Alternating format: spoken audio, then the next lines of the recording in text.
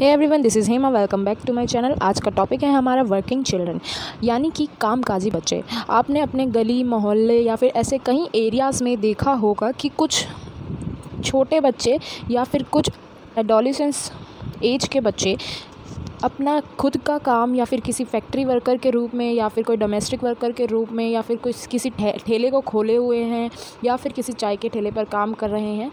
आपने कहीं अक्सर देखा हुआ होगा। और ये जो वर्किंग बच्चे हैं या चिल्ड्रन जो हैं वो किसी न किसी मजबूरी के कारण या उनका पढ़ाई में रुचि ना होने के कारण या फिर हो सकता है कि जो गवर्नमेंट ने हमारे लिए रूल या बच्चों के लिए रूल्स जो बनाए हुए हैं यानी कि लॉज, तो वो उनको अवेयर नहीं है, शायद वो इसलिए काम कर रहे हैं।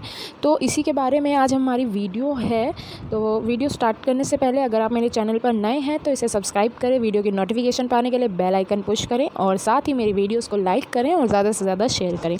तो चलिए पढ़ते हैं वर्किंग चिल्ड्रन होते कौन है। ठीक है, तो इसी में हम पढ़ते जाएंगे और समझते जाएंगे कि इसके अंदर क्या लिखा है। ठीक है, तो इंट्रोडक्शन में है हमारा ILO यानी कि अंतर्राष्ट्रीय श्रमिक संगठन, इंटरनेशनल लेबर ऑर्गेनाइजेशन के अकॉर्डिंग बाल श्रम को यानी कि चाइल्ड लेबर को कैसे डिफ़ाइन किया गया है वो बताया गया है। तो शब्द जो है बाल श्रम अक्सर ऐसे काम के रूप में परिभाषित किया जाता है जो बच्चों को उनके बचपन, उनकी क्षमता और उनकी गरिमा से वंचित रखता है। ठीक है, यानी कि बच्चों का ऐसे काम करना जिससे उनका बचपन या फिर उनका पोटेंशियल जो है खो रहा है।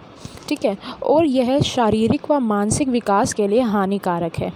ठीक है, चाइल्डहुड में या फिर एडोलेसेंस में जितना विकास होता है शारीरिक और मानसिक, क्योंकि चाइल्डहुड में जो बच्चे का दिमाग है वो 90% है जो है डेवलप करना होता है, लेकिन इस हिसाब से अगर बच्चा काम कर रहा है तो वो उसके लिए हानिकारक हो सकता है उसका विकास जो है धीमा चले। ठीक है, तो ये कार्य जो है निम्न को संदर्भित करता है। जो ये कार्य हैं वो निम्नलिखित को संदर्भित करता है। जैसे देखते हैं इसमें मानसिक, शारीरिक, सामाजिक या नैतिक रूप से खतरनाक और बच्चों के लिए हानिकारक है। जो भी बच्चा काम कर रहा है वो मानसिक रूप से, क्योंकि बच्चे की बुद्धि का विकास नहीं हो रहा और एक काम वो रिपीट करता है रोज़ का, है ना। तो भले ही उसकी स्किल बढ़ रही है लेकिन उसका मानसिक विकास जो है धीमा हो रहा है। वो पढ़ाई में अपना कंसंट्रेट नहीं कर पाएगा और ज़्यादा से ज़्यादा जो है दिमाग उसका काम में लगा रहेगा। शारीरिक रूप से कैसे हार्मफुल है, कोई ऐसा काम है या बच्चा फैक्ट्री में काम कर रहा है तो हो सकता है कई ऐसे हैज़ार्ड्स हो सकते हैं जो बच्चे के फिज़िकल डेवलपमेंट पर जो है असर डाले। जैसे हो सकता है जिस फैक्ट्री में वो काम कर रहा है वहाँ क्लीनलीनेस और हाइजीन कम हो या फिर हो सकता है रोशनी कम हो। ठीक है, तो ये बच्चों की आंखों पर भी असर डालेगा। सामाजिक रूप से अब उसके हम उम्र बच्चे तो होंगे नहीं, साथ में बड़े होंगे, तो हो सकता है वो सामाजिक रूप से भी उस पर असर डाले। नैतिक रूप से उसके अंदर कोई मोरल शिक्षा नहीं जा रही है ना, तो इसके लिए ये हानिकारक है। उनकी स्कूली शिक्षा में हस्तक्षेप करता है। अगर कोई बच्चा काम करता है तो बच्चा जो है स्कूली शिक्षा में ज़्यादा ध्यान लगा नहीं पाता है। ठीक है, क्योंकि बार बार मान लीजिए कि अगर कोई टी स्टॉल पर बच्चा पढ़ रहा है, ठीक है, टी स्टॉल के ग्राहक ही ऐसे होते हैं जो बार बार आते हैं। अब दिन में किसको चाय चाहिए पता नहीं, पर जब वो बच्चा पढ़ने बैठता है तो हो सकता है कि उसी वक्त उसके मालिक आवाज़ दे दें या फिर हो सकता है कि कोई कस्टमर आ जाए। ठीक है, तो ये हमें जो है देखना पड़ता है। ठीक है, उनको स्कूल जाने के अवसर से वंचित करता है। हो सकता है कि बच्चा पूरे दिन अपने टी स्टॉल पर काम करता हो या फिर हो सकता है अपनी फैक्ट्री में काम करे।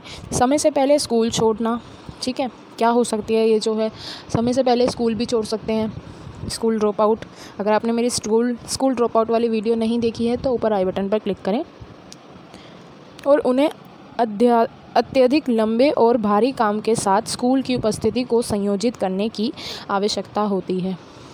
ठीक है, इसका मतलब यही है कि बहुत सारे काम होने के बावजूद भी वो स्कूल की जो गतिविधियां हैं उनमें उसमें जो है ध्यान नहीं लगा पाता। ठीक है, तो यही था वो ILO ने जो भी डेफिनेशन दी है। अब इसको सरल शब्दों में समझेंगे कि कामकाजी बच्चे होते क्या हैं। ठीक है, कामकाजी बच्चों से हमारा तात्पर्य ऐसे बच्चों से है जिन्हें किसी न किसी कारणवश ऐसा कार्य करना पड़ता है जो उसके लिए उचित नहीं है। वो बच्चे जो ऐसे काम कर रहे हैं जो उनकी आयु के लोग बच्चों को नहीं करना चाहिए, ठीक है, उनके लिए हार्मफुल है, ठीक है, वह उसके लिए हानिकारक है। जैसा मैंने अभी बताया, यह बालक को उनके बचपन से उनकी शिक्षा से दूर कर देता है। ठीक है, बहुत ही इजी वर्ड्स हैं ये। एक तो उनका चाइल्डहुड छीन लेता है और शिक्षा पर भी वो ध्यान नहीं दे पाते, इसलिए वो दूर होते चले जाते हैं और धीरे धीरे इनका इंटरेस्ट भी ख़त्म होता चला जाता है। ठीक है, वह विकास के अवसरों का लाभ नहीं उठा पाते। ठीक है, उनका डेवलपमेंट जो होता है और डेवलपमेंट की जो भी अपॉर्चुनिटीज़ होती हैं उनका कोई भी बेनिफिट नहीं उठा पाते। ठीक है, जैसे अगर वो धीरे धीरे मतलब साथ के साथ पढ़ाई भी कर रहे हैं तो ज़्यादातर ध्यान उनका काम में होता है, क्योंकि वहाँ पैसे मिल रहे हैं और अपने परिवार का जीवन यापन करना है तो उन पैसों की वजह से ही होता है ना। तो ज़्यादा से ज़्यादा ध्यान यूजुअल है कि वहीं जाएगा, तो जो शिक्षा में जो उपलब्ध अवसर हैं वो उनका फ़ायदा नहीं उठा पाते। ठीक है, वह उसका जीवन श्रमिकों के रूप में ही रह जाता है। ठीक है, अब शिक्षा में वो ध्यान नहीं दे पा रहा है तो वो एज अ मज़दूर भी ही रह जाएगा। ठीक है, तो ये थी कामकाजी बच्चों से कौन क्या है वो बताया गया था इजी वे में। ठीक है, अब कामकाजी बच्चे बने हैं तो किन कारणों से बने हैं वो देख लेते हैं, है ना। तो सबसे पहला कारण है हमारा गरीबी। गरीबी जो है हमारे इंडिया में बहुत हद तक है। ठीक है, तो कहीं पेरेंट्स ऐसे होते हैं जो बच्चों की फ़ीस जो है दे नहीं पाते, और फ़ीस का क्या मतलब सोच लो कि दिन की 2 वक्त का खाना जुटाने में ही उन्हें इतनी तकलीफ़ होती है कि स्कूल तो वो अपने बच्चों को भेज ही नहीं पाएंगे, है ना, क्योंकि फ़ीस जो है आजकल बहुत ज़्यादा स्तर पर बढ़ रही है। और तो गरीबी हो सकता है ये कारण है। वैसे हो क्या सकता है, वैसे है, क्योंकि हमारे इंडिया में ऐसे कारण बहुत हैं। ठीक है, इसी कारण की वजह से बच्चा जो है स्कूल नहीं जा पाता और पीछे रह जाता है या फिर कोई ना कोई कार्य में लीन हो जाता है। ठीक है, अब है हमारी व्यावसायिक आवश्यकताएं। व्यावसायिक आवश्यकताओं का मतलब यहाँ है कि कुछ ऐसे काम जो छोटी उंगलियों द्वारा किए जाते हैं, है ना। तो छोटी उंगलियों वाले काम, जैसे अगर आप मान लीजिए कि कोई ऐसा कार्य है जिसमें जो है बहुत ही ज़्यादा बारीक कुछ करना हो, ठीक है, बारीक छोटे छोटे हाथों की ज़रूरत होती हैं। जैसे जो पटाखे होते हैं तो उसमें जो है खुड़िया बनाने का काम होता है ना। तो उसमें जो है मसाला जैसे अंदर फिट करना होता है, तो उनको बनाने के लिए छोटे छोटे कोमल हाथों की ज़रूरत होती है। इसलिए बच्चों को भी फैक्ट्रीज़ में काम करने के लिए रखा जाता है। ठीक है, ये हो गया हमारा सेकंड कारण। अब थर्ड है हमारा शिक्षा में कम रुचि।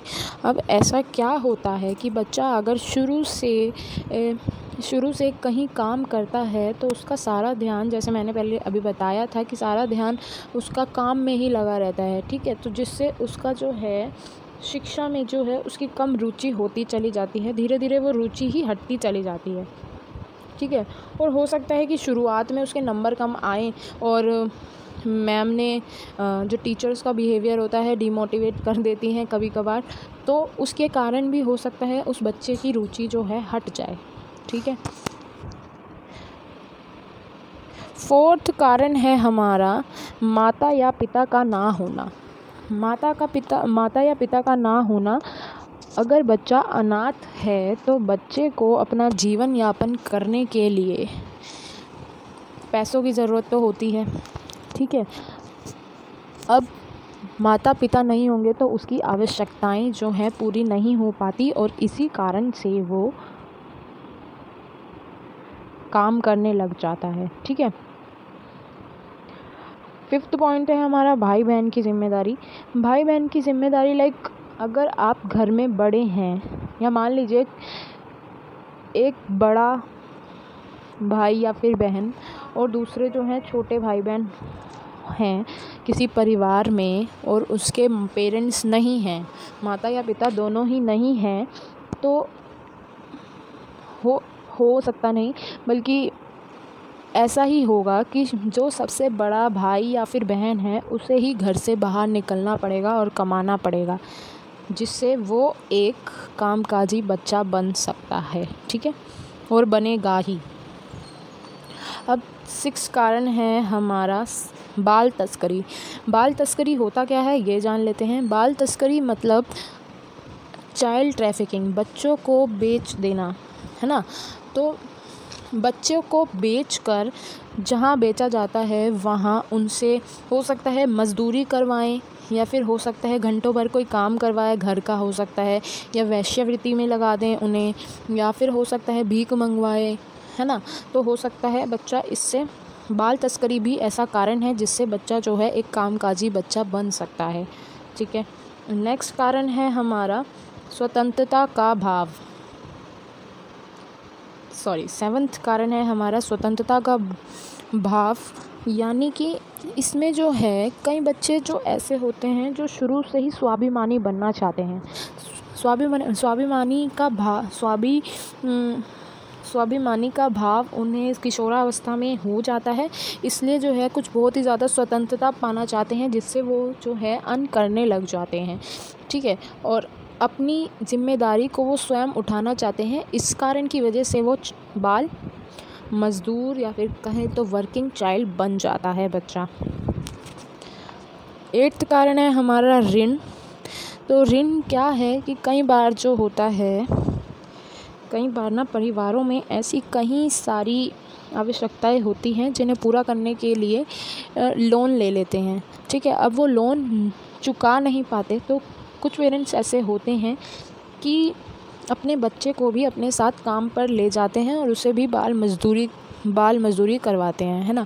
तो जिससे जो है उनका लोन जो है, ऋण जो है जल्द से जल्दी उतर जाए, इसलिए उन्हें काम पर लगाया जाता है जिससे बच्चा वर्किंग चाइल्ड बन जाता है। ठीक है, और लास्ट और लीस्ट कारण है हमारा पारिवारिक व्यवसाय। पारिवारिक व्यवसाय जैसे बहुत बार देखा जाता है कि कोई किसी बच्चे का परिवार अगर कोई ऐसा व्यवसाय चलाता है जो जैसे किराने की दुकान चलाना या फिर कोई फैक्ट्री चलाना, तो बच्चा जो है ये काम बचपन से ही सीख जाता है ना।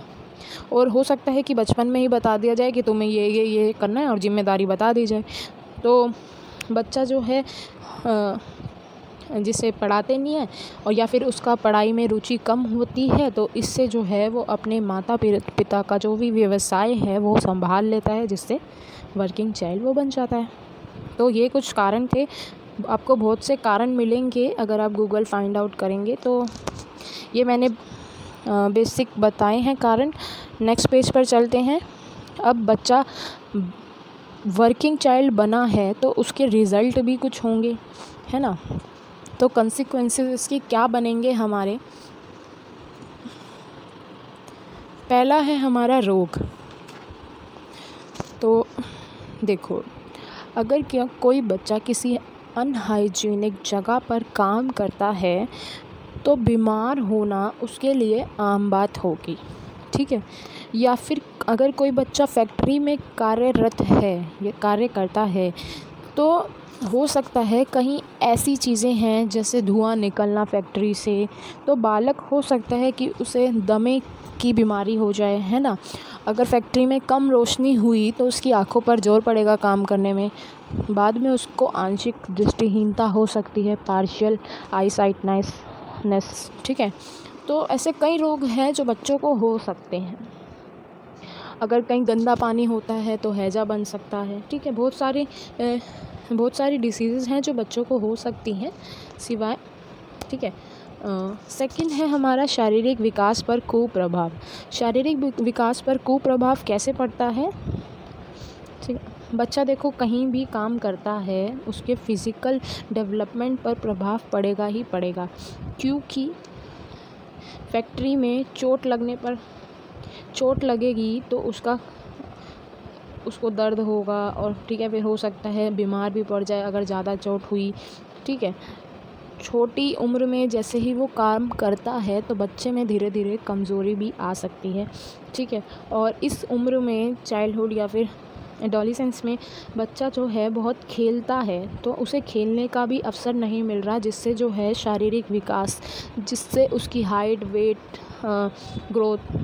ग्रोथ जो है सब जुड़ा हुआ है, वो जो है उसके बीच में जो है बाधा पड़ेगी। ठीक है, थर्ड है हमारा मानसिक स्वास्थ्य पर कुप्रभाव। अब मानसिक स्वास्थ्य पर कुप्रभाव कैसे बनने पड़ेगा? अगर कोई मालिक उसका ज़्यादा काम करवा रहा है तो अत्यधिक दबाव के कारण, क्योंकि उसकी छोटी उम्र है, तो हो सकता है बच्चे को टेंशन हो जाए, स्ट्रेस हो जाए। ठीक है, जिससे जो है बच्चे का जो मानसिक स्वास्थ्य है वो डगमगा सकता है। ठीक है, फोर्थ है हमारा शिक्षा से दूरी। ये इसके कंसिक्वेंसेस है, अगर ये काम करेगा तो हो सकता है रोग, अगर ये कोई काम कर रहा है तो शारीरिक विकास, ये बेसिक हैं। ठीक है, आपको बहुत सारे हो सकता है मिले। शिक्षा से दूरी कैसे? अगर कोई बच्चा काम में लग ही जाता है तो वो लग ही जाता है, क्योंकि उसकी और साथ ही साथ वो पढ़ाई करने पर थोड़ा सा बहुत ही कम ध्यान दे पाता है ना, तो धीरे धीरे शिक्षा से जो है बहुत ही ज़्यादा दूरी बढ़ती जाती है और अंत में जो है शिक्षा से वो स्कूल से कहीं तो हायर एजुकेशन से वो ड्रॉप आउट कर लेता है। ठीक है, और फिफ्थ है हमारा अपराध। ठीक है, तो कई ऐसे काम हैं कि कुछ लोग जैसे ज़्यादा पैसे ऑफ़र करते हैं, है ना, तो बच्चे जो हैं ज़्यादा पैसे कमाने के लालच में जो हैं चोरी चकारी या फिर ड्रग्स बेचने वाले काम, ठीक है, हो सकता है गुंडागर्दी वाले काम वो करना शुरू कर जाए, जिससे वो एक अपराधी जो है बन सकते हैं, है ना। और नेक्स्ट है हमारा सिक्स्थ, बचपन से दूरी। अब बचपन से दूरी मैंने अभी बताया था कि बच्चा जो है काम करता जा रहा है तो वो अपने जितने भी बचपन में जो भी क्रियाएं वो करता है, जैसे खेलना हो गया, पढ़ना हो गया, तो उनसे जो है वो दूर होता चला जाता है और वो जल्दी ही उसमें मैच्योरिटी आने लग जाती है, तो इसलिए बचपन से उसकी दूरी हो जाती है। ठीक है, नशीले पदार्थों का सेवन हो सकता है। ठीक है, अब बच्चा सोचता है कि मैं पैसे कमा रहा हूँ तो मैं कुछ भी कर सकता हूँ, है ना, और हो सकता है कि जिस जगह पर वो कार्यस्थल पर वो काम कर रहा है उस जगह ऐसे लोग हों वो नशीले पदार्थों का सेवन करे, जैसे सिगरेट हो गया, बीड़ी हो गई, तो हो सकता है बच्चा जो है उनको देख देख के सीख कर और पीने लगे। ठीक है, तो ये जो है उसके लिए हानिकारक है और फिर इसको धीरे धीरे लत लग जाती है, जो छुटाना बहुत ही ज़्यादा मुश्किल होता है। ठीक है, लास्ट है हमारा शोषण और या फिर उत्पीड़न। ठीक है, अब शोषण और उत्पीड़न कैसे कि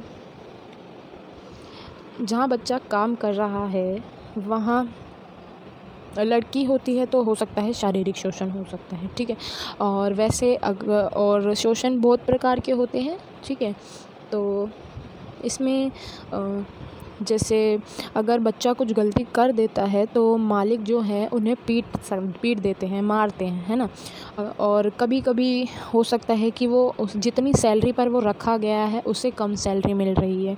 ठीक है, हो सकता है मालिक उन्हें रोज़ जो है ताने देता हो। ठीक है, तो ऐसे जो है बच्चों का शोषण किया जाता है।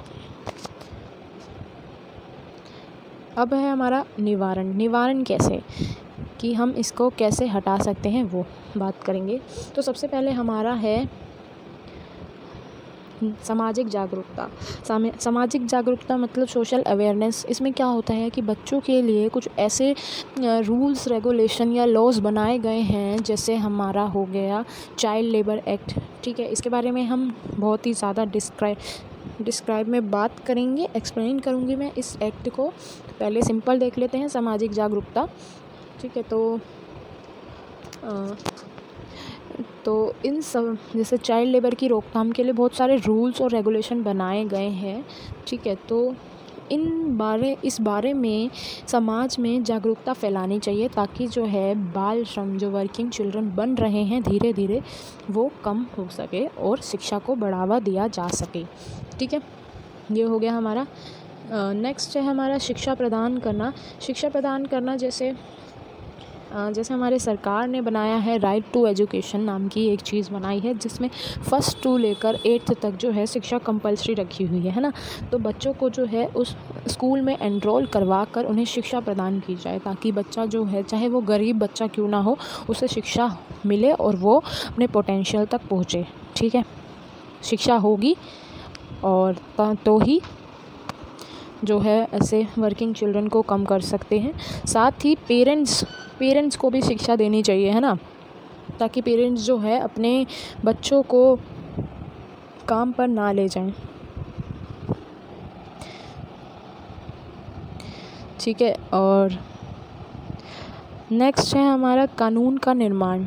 अब वर्किंग चिल्ड्रंस की संख्या को कैसे कम किया जाए, तो इसमें थर्ड रीज़न है हमारा कानूनों का निर्माण। अब सरकार ने वर्किंग चिल्ड्रंस के आंकड़ों को कम करने के लिए, जैसा मैंने अभी दो जो लॉज बताए थे वो बताए हैं, वैसे ही कहीं कदम उठाए हैं जो वर्किंग चिल्ड्रंस को जो है की संख्या कम करने के लिए किए गए हैं। तो ऐसे कानूनों का निर्माण करें जो उचित हों, और उसके लिए जो भी कानून हो रहे हैं, कानून बना तो दिए जाते हैं लेकिन उनका इम्प्लीमेंटेशन, क्रियान्वयन नहीं किया जाता। तो कानूनों का निर्माण हो भी और साथ में उनका पालन भी होना चाहिए, और उसके साथ साथ मॉनिटर करते रहना चाहिए। और जो भी सुनवाई होगी या ट्रायल्स जो होंगे कोर्ट में, वो जो है जल्दी जल्दी निपटाया जा सके, है ना। तो ये जो दोनों पॉइंट है ये मैंने एक साथ कंसीडर किए हैं, आप देख लीजिएगा। नेक्स्ट है हमारा बच्चे की कार्य नियुक्ति ना करना। अब बच्चे की कार्य नियुक्ति ना करना मतलब, जैसे मैंने अभी बताया था कि व्यावसायिक आवश्यकताएं, कि कुछ कामों के लिए कारण में जो था व्यावसायिक का आवश्यकताओं के, तो कुछ कामों के लिए जो है छोटे छोटे कोमल हाथों की ज़रूरत पड़ती है। तो जो उन कार्यों के लिए बच्चों को अपॉइंट किया जाता है ना, नियुक्ति मतलब अपॉइंट। तो ऐसे कामों के लिए अगर मालिक इन चीज़ों से अवेयर है, तो मालिक जो है नियुक्ति ना ही करे तो उसके लिए भी बेटर है और बच्चे के लिए भी बेटर है। तो ऐसे नियुक्ति ना हो। ठीक है, नेक्स्ट है हमारा बालकों की मदद। अब बालकों की मदद कैसे करेंगे ये सोचें। तो जो भी बालक जो वर्किंग चाइल्ड है, ठीक है, अब जो लग गए हैं उनको उनकी शिक्षा पूरी करवाने के लिए, या फिर अब बहुत सारे वर्किंग चाइल्ड ना बनने के लिए, तो सरकार ने और कई ऐसे NGO हैं जो इन बच्चों के लिए काम करते हैं। तो ये जो ऑर्गेनाइजेशंस हैं, ये बच्चों को पूरी तरह सुरक्षित भी रखती है और देखभाल भी करती हैं, और योजनाएं जो भी सरकार ने बनाई हैं उनके लिए वो इनके ऊपर भी विशेष ध्यान देती हैं। ठीक है, तो ये था निवारण। अब बारी है हमारी इसके एक्ट की, जो मैंने बताया था कि एक्ट भी हम साथ साथ पढ़ेंगे। तो वो एक्ट है हमारा बाल श्रम निषेध और विनियम अधिनियम 1986। ठीक है, चाइल्ड लेबर एक्ट के नाम से जाना जाता है इस एक्ट को। ठीक है, तो हम पढ़ेंगे 1986 में लागू हुआ था ये, इसलिए इसको पढ़ लेते हैं। भारतीय संविधान के अनुच्छेद 24 आर्टिकल 24 में यह कहा गया है कि किसी भी कारखाने में काम करने के लिए 14 साल से कम उम्र के किसी भी बच्चे को नौकरी नहीं दी जाएगी। इस कानून के तहत क्या है, जो भी बिलो 14 ईयर्स है उन बच्चों के लिए कोई भी नौकरी नहीं होगी। ठीक है, चाहे वो किसी ठेले पर ही क्यों ना हो या फिर कोई फैक्ट्री में ही क्यों ना हो। ठीक है, ये समरी लगा लीजिए कि शुरू में जो इंट्रोडक्शन होता है वो है। ठीक है, नहीं दी जाएगी, या किसी खतरनाक रोज़गार में भी नहीं लगाया जाएगा। जो भी खतरनाक रोज़गार एम्प्लॉयमेंट होती है उसमें भी नहीं होगा। ठीक है, तो बाल श्रम निषेध और विनियमन अधिनियम 1986 एक बच्चे को ऐसा व्यक्ति के रूप में नामित करता है जिसने अपनी 14 वर्ष की आयु पूरी नहीं की है। ये जो एक्ट है वो उन बच्चों को नॉमिनेट किया जाता है जिनकी जो एज है वो 14 से कम है और 14 है, ठीक है, 14 है, ठीक है। इसका उद्देश्य, जो इस एक्ट का उद्देश्य है वो क्या है, पढ़ लेते हैं इसको। आप इसको अलग भी लिख सकते हैं, बाल श्रम अधिनियम का उद्देश्य, ठीक है। बाल श्रमिकों की घंटे और कामकाजी स्थितियों को विनियमित करना और बाल श्रमिकों को खतरनाक उद्योगों में नियोजित करने से रोकना, ठीक है। इसका उद्देश्य क्या है कि बाल श्रमिक, जितने भी बाल श्रमिक हैं, क्योंकि ऐसा होता है कि बच्चों से ज़्यादा घंटों के लिए काम करवाया जाता है और दिहाड़ी उन्हें बहुत कम दी जाती है, तो वो घंटे उसको निश्चित करना और कामकाजी जितनी भी स्थिति हैं, जैसी स्थिति हैं, उनको ठीक करना और बाल श्रमिकों को खतरनाक उद्योग, जो भी फैक्ट्रीज़ हैं जिसमें उसने हाथ कटने का डर है या पैर कटने का डर है या उसकी जान को जोखिम होता है, जान का जोखिम, तो उनमें जो है नियोजित करने से रोकना है, ठीक है। यह आया होगा समझ आपको। अब मेन भाग पर चलते हैं हम। पहला भाग कहलाता है हमारा प्रीलिमिनरी, ठीक है, ये भाग 1 है, प्रारंभिक। इसमें क्या है पढ़ लेते हैं। लघु शीर्षक, सीमा और प्रारंभ, ठीक है, शॉर्ट टॉपिक्स, लिमिटेशन और प्रारंभ बताया गया है कि कैसे हुआ था। इस अधिनियम को बाल श्रम ये 1986 कहा जाएगा, जैसे इसका नाम दे रखा है सेम, और ये पूरे भारत में लागू है, क्योंकि ऐसा होता है ना कि जम्मू कश्मीर पहले अलग होता था, तो अब ये जम्मू कश्मीर में भी लागू है, ठीक है। ये समझ आया आपको। सेकंड है, इस भाग में हमारे को एक तो पहले इसका सीमा और प्रारंभ बताया गई है, और सेकंड पॉइंट हमारे बताई गई हैं कि कुछ परिभाषाएं जो इस एक्ट में जो टर्म यूज़ की जाती हैं उनको ये जो एक्ट है ये परिभाषाएं भी देता है, तो वो बताई गई हैं। तो सबसे पहली परिभाषा है हमारी डेफिनेशन बालक की। तो इस एक्ट के मुताबिक बालक की परिभाषा इन्होंने दी है कि एक ऐसा व्यक्ति जिसने अभी अपनी उम्र के 14 वर्ष पूरे नहीं किए, ठीक है, 14 और बिलो 14, ठीक है, बालक वही है, ठीक है। अब प्रतिष्ठान क्या है कि कोई भी ऐसा परिसर यानी कि क्षेत्र जहां व्यावसायिक कार्य होता है, कोई भी व्यावसायिक कार्य होता है, कोई भी ऐसा, वो जो है प्रतिष्ठान में आता है, जैसे दुकान, रेस्टोरेंट, होटल, थिएटर या मनोरंजन के स्थान और खेत, ठीक है। ऐसी कोई भी जगह जो एम्प्लॉयमेंट के लिए यूज़ की जाती है या बिज़नेस के लिए काम किया जाता है वो प्रतिष्ठान कहलाती है, ठीक है। अब इसमें है परिवार को कैसे किया जा रहा है। परिवार की श्रेणी में भी बच्चे के माता पिता, उनके भाई बहन, बच्चे के भाई बहन आदि आते हैं। परिवार को इन्होंने ऐसे परिभाषित किया है। परिवार कौन है कि परिवार जो है सामाजिक की पहली इकाई होती है, जहाँ जो है माता पिता तो होती हैं, उनके भाई बहन होते हैं, ठीक है।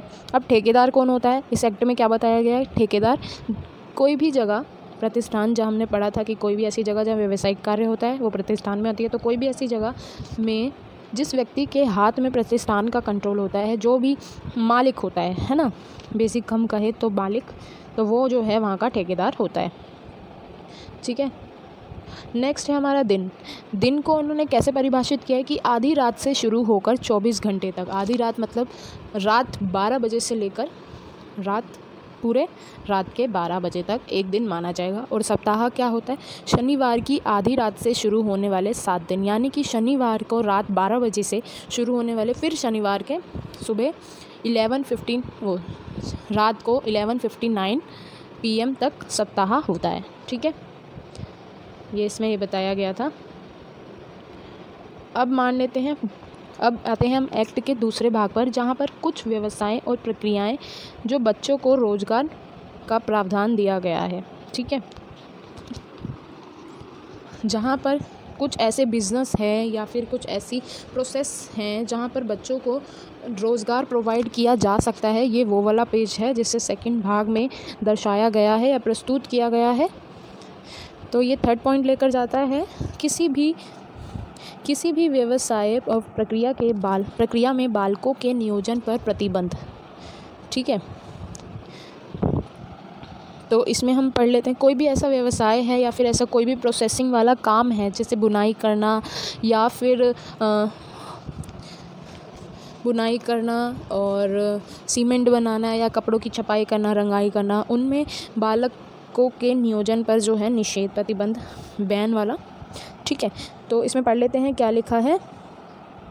किसी भी बाल श्रमिक को किसी भी श्रम के कार्यों या प्रतिष्ठानों में नहीं लगाया जाएगा। कोई भी ऐसा प्रतिष्ठान है जहाँ बाल श्रम की नियुक्ति भी हो रही है तो वहाँ नियुक्ति नहीं की जाएगी और बालकों को नौकरी में लेना ही नहीं है। ठीक है, परंतु यदि वह बालक पारिवारिक व्यवसाय या परिवार के कार्य में मदद करता है, अगर किसी बच्चे का पेरेंटल बैकग्राउंड ऐसा है कि वो शुरू से बिजनेस करता आ रहा है तो परिवार के कार्य में मदद करता है और वह कार्य खतरनाक नहीं है। ठीक है, जो बच्चे के डेवलपमेंट पर या फिर कहें तो उसके शरीर को या मानसिक कोई भी एरिया है, डोमेन है, उस पर अगर हानि नहीं पहुंचाता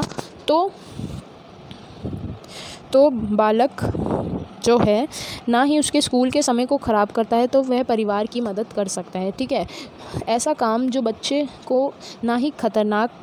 के लिए ना ही खतरनाक है और ना ही उसके स्कूल एजुकेशन पर कोई भी इंटरफेरेंस कर रहा है। ठीक है, तो वो जो है वो वर्क चाइल्ड कर सकता है।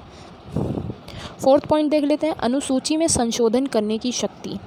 ठीक है, अब ये जो अनुसूची है, ये पूरा एक्ट है, इसमें अगर हमें अमेंडमेंट करना है तो उसकी पावर। ठीक है, इसको भी देख लेते हैं। अनुसूची में नए भागों को जोड़ना या हटाने या संशोधन करने की शक्ति। अगर इस एक्ट में कोई भी अगर नया पार्ट जोड़ना है या फिर कोई पुराना पार्ट हटाना है और किसी पार्ट में हमें और कुछ ऐड करना है, जिसे हम बोल सकते हैं संशोधन, तो उसका जो शक्ति है, जो पावर है, वो केंद्र सरकार के हाथ में होती है। ठीक है, और जो केंद्र सरकार है वो एक समिति बैठाती है, तकनीकी सलाहकार समिति। ठीक है, अब इसका क्या काम है वो देख लेते हैं। तकनीकी सलाहकार समिति क्या है? इस समिति का कार्य केंद्र सरकार को एक्ट के प्रति सुझाव देना है। अगर जो ये समिति है वो जो भी ये एक्ट के बारे में अगर कुछ भी सुझाव सजेशंस अपने देती है तो वो किसको देगी? केंद्र सरकार को, सेंट्रल गवर्नमेंट को। ठीक है, इस समिति में एक चेयरमैन होता है और कुछ अन्य सदस्य होंगे जिनकी संख्या 10 से अधिक नहीं होगी। टोटल कितने सदस्य होते हैं? 10। ठीक है, और एक चेयरमैन। ठीक है, ज़रूरत पड़ने पर समिति अपनी उप समितियों का गठन भी कर सकती हैं। ठीक है, हो सकता है ज़रूरत अगर होगी तो वो अपनी उप समितियों का भी गठन करें। ठीक है, नेक्स्ट भाग पर हम चलते हैं, भाग 3, जिसे बच्चों के कार्य के संबंध में पंजीकरण। जो बच्चे के कार्य हैं उससे रिलेटेड रजिस्ट्रेशन जो होते हैं वो। ठीक है, तो इसमें 6th पॉइंट आता है हमारा भाग का आवेदन। ठीक है, आवेदन क्या है इसमें? अनुसूची का भाग 3 उन पर लागू होगा जो कि व्यवसाय भाग 3 के 1A के अंतर्गत नहीं आते। ठीक है,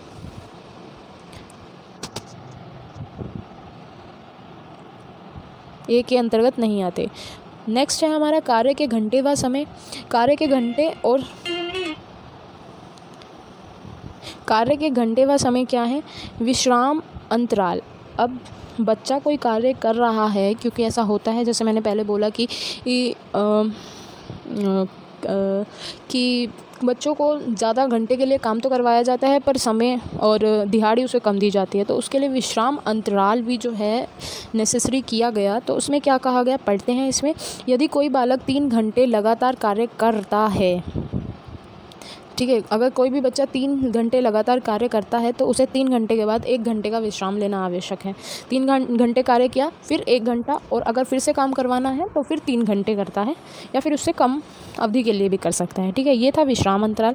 अब कार्य की अवधि देख लेते हैं। कार्य की अवधि है कि कोई भी बालक से 6 घंटे से अधिक कार्य नहीं करवाया जाएगा। कोई भी बालक हो, चाहे वो एडोलेसेंस ही क्यों ना हो, 14 साल तक या उससे,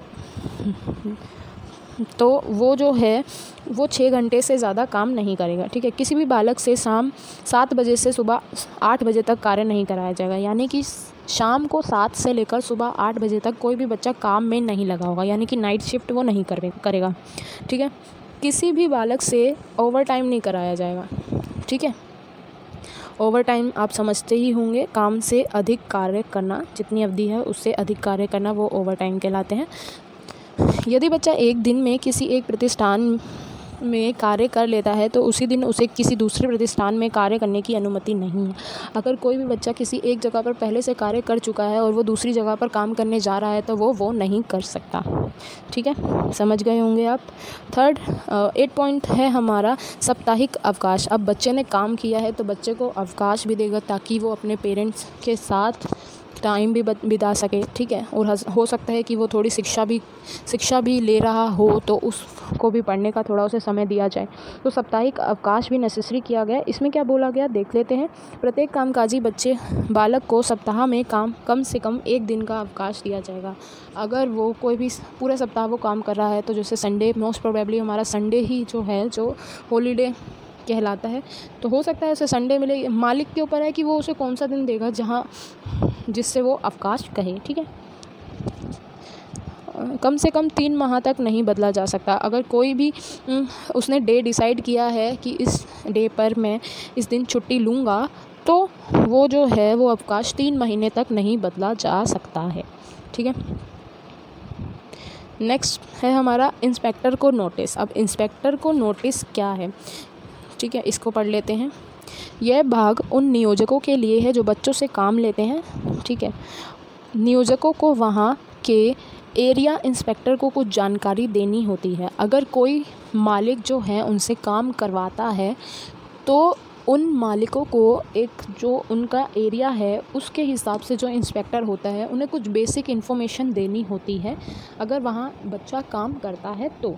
ठीक है, जैसे प्रतिष्ठान का नाम, जहाँ पर वो काम कर रहा है बच्चा, वो जहाँ पर प्रतिष्ठान का पता, कितने बालक काम कर रहे हैं, या फिर हो सकता है नाम या फिर उनके आधार कार्ड भी ऐसे इन्फॉर्मेशन जो है वो मांग ले। ठीक है, धारा 7, 8, 9 परिवार के कार्यों में मदद करने पर लागू नहीं होगी।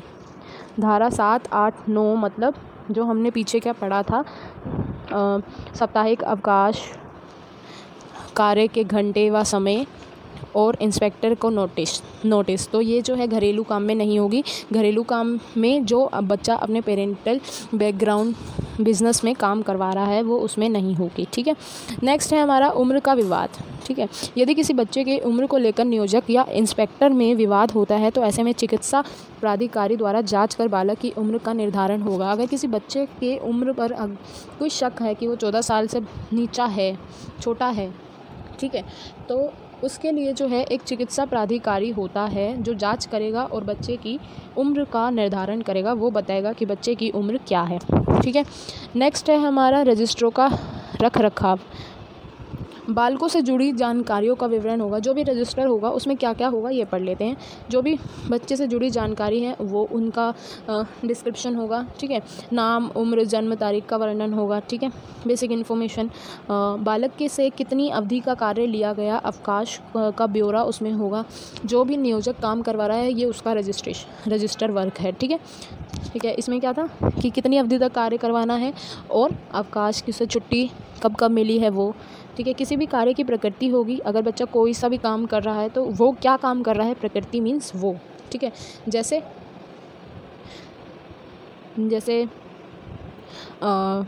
किसी फैक्ट्री में वो चॉकलेट का रैपर चढ़ा रहा है। ठीक है, ठीक है, पैकिंग करना वैसे। ठीक है, और भत्ते की जानकारी होगी कि बच्चे को कितनी सैलरी मिल रही है। ठीक है, सूचनाओं का प्रदर्शन प्रत्येक नियोजक को भाग 3 ए क्या था हमारा, समझ आ गया होगा कि किसी भी व्यवसाय या प्रक्रिया में बालकों के नियोजन पर प्रतिबंध। ठीक है, ये हमने हेडिंग पढ़ी थी इसकी। ठीक है, और सेक्शन 14 जो हम आगे पढ़ेंगे, ठीक है, के सार का नोटिस वे अपने प्रतिष्ठान में प्रदर्शित करेंगे। यानी कि पूरा जो भी उसकी समरी है अपने प्रतिष्ठान में लगाएंगे। ये नोटिस वहाँ के क्षेत्रीय भाषा और हिंदी और अंग्रेजी में किया जाएगा। ठीक है, जो भी ये नोटिस है जिसमें ये सारे रेगुलेशंस हैं, ठीक है, तो वो उसे अपने ऑफिस में या फिर जहाँ कार्यस्थल है वो लगाना पड़ेगा और वो जिस एरिया की भाषा है उसमें होगा और हिंदी और इंग्लिश में होगा। ये कंपल्सरी है। ठीक है, ये भी हो गया हमारा। नेक्स्ट है हमारा स्वास्थ्य व सुरक्षा। ठीक है, अब इसमें क्या है, उपयुक्त सरकार यह निर्धारित करेगी कि प्रतिष्ठान में उपयुक्त स्वच्छता व सुरक्षा है। ठीक है, अब ये जो है उपयुक्त सरकार मतलब ये सुरक्षा और स्वास्थ्य का जो प्रावधान है ये सेंट्रल गवर्नमेंट ने सभी राज्यों को दी हुई है। इसकी जो शक्ति है वो अपने राज्य की सरकार के पास होगा। ठीक है, तो उपयुक्त सरकार यह निर्धारित करेगी कि प्रतिष्ठान में उपयुक्त स्वच्छता और सुरक्षा हो, जिसमें निम्नलिखित बिंदु शामिल हैं। तो सरकार पर है, ये राज्य सरकार पर आता है, ना कि केंद्रीय सरकार पर इसकी जिम्मेदारी। तो वो ये देखेगी कि सुरक्षा और स्वच्छता के कौन कौन से पॉइंट्स होने चाहिए। जैसे अब इसमें जो दिए गए हैं वो पढ़ लेते हैं। जैसे कि कार्यस्थल पर सफाई कैसी है, वेंटिलेशन और तापमान, हवा आने जाने का प्रबंध हो, ठीक है, कृत्रिम आर्द्रीकरण हो, पीने का पानी हो, थूकदान हो, ठीक है, गति की मशीनों पर काम, ठीक है, नई मशीनरी की सुविधा, आँखों की सुरक्षा, ठीक है, कचरे व अपशिष्ट का निपटान करने के लिए भी कुछ प्रावधान हो, धूल या धुआं वाले कम जगह हो, प्रकाश हो, लाइट्स, टॉयलेट हो, मशीनों सी बाड़ लगाना, ठीक है, खतरनाक मशीनों पर काम करना, गड्ढे, शिखर आदि, आग की स्थिति में सावधान। जो ऐसे सुरक्षा के जो प्रावधान है वो होने चाहिए और ये राज्य सरकार के हाथों में होगी ये शक्ति। ठीक है, नेक्स्ट है हमारा भाग 4 जिसमें मिसलेनियस कहा गया है। तो इसमें जो है दंड और निरीक्षकों की नियुक्ति बताई गई है और कामों की कैटेगरी बताई गई है। ठीक है, तो दंड पढ़ लेते हैं। पहले दंड में क्या लिखा गया है कि यदि कोई नियोजक धारा 3A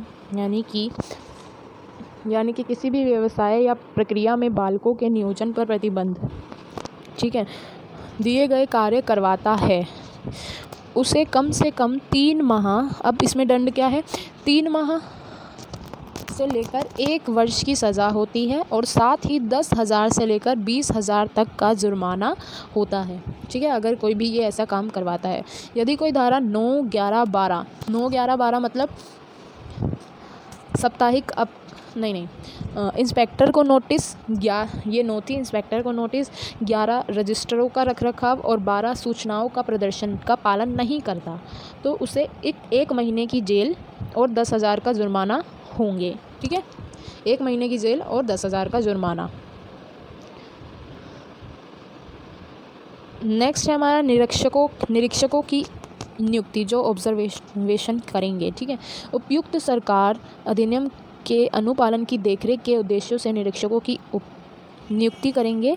ठीक है, भारतीय दंड संहिता के 1860 के 45, ये आपको याद करने की ज़रूरत नहीं है, ये एक्ट में एज इट इज़ लिखा हुआ था इसलिए लिखा गया है यहाँ के तहत वह लोक सेवक माने जाएंगे। ठीक है, इसमें क्या है, निरीक्षकों की ये जो है एक्ट के क्रियान्वयन इम्प्लीमेंटेशन पर नज़र करेंगे और ये जो लोग हैं जिनकी नियुक्ति की जाएगी वो लोक सेवक माने जाएंगे। अब देख लेते हैं कि कौन सी कैटेगरी हैं जो